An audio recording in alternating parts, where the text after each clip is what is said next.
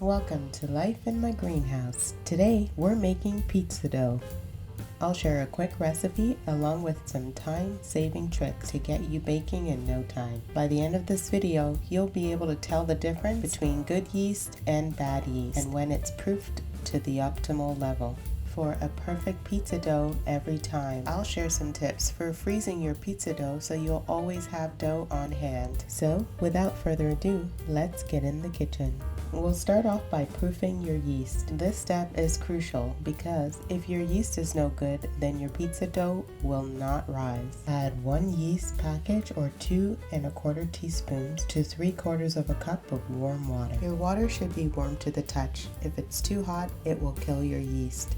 And then add a teaspoon of sugar to wake up the yeast. Give it a good whisk to dissolve. Within 5 minutes, you should see some activity. Bubbles will start to form. If you don't notice any bubbles, then more than likely your yeast may have gone bad. This is what your yeast will look like as it's blooming.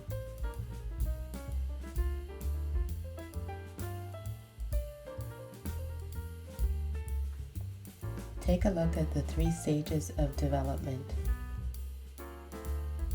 When your yeast has properly proofed, it should look extra frothy, just like this. Now add 2 cups of flour or 240 grams to your mixing bowl. You can also use 00 flour that's specifically made for pizza. Add 3/4 of a teaspoon of salt. You can customize your dough by adding garlic powder, onion powder, or your favorite herbs and spices. Mix the dry ingredients until they're combined. Then pour your yeast liquid into the flour mixture. Then knead to combine. I'll be using a dough hook, but you can also do this by hand. When the dough pulls away from the side and the bowl becomes clean, you know your dough is ready. You may need to add a bit more water or flour depending on your temperature, your elevation, and how you measure it. Your dough will feel soft and not sticky.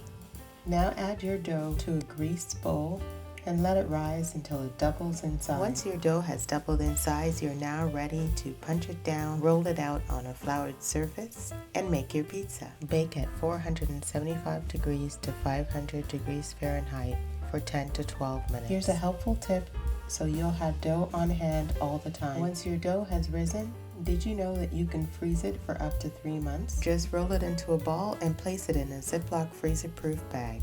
Simply let it unthaw overnight in the fridge. You can then bring it to room temperature and bake away. With this recipe, you can make 2 small pizzas or 1 large pizza. And just like that, you have an endless supply of pizza dough. If you like the sound of that, smash the like button. If you love and appreciate step-by-step recipes on how to cook and grow food, consider subscribing to our channel because I believe sharing meals at home brings family and loved ones together. Thank you so much for watching. I really appreciate each and every one of you. As a thank you for watching, I've included a recipe card with the ingredients right here. Take care of yourself, precious one, and remember, the grass is greener where you water it. See you next time.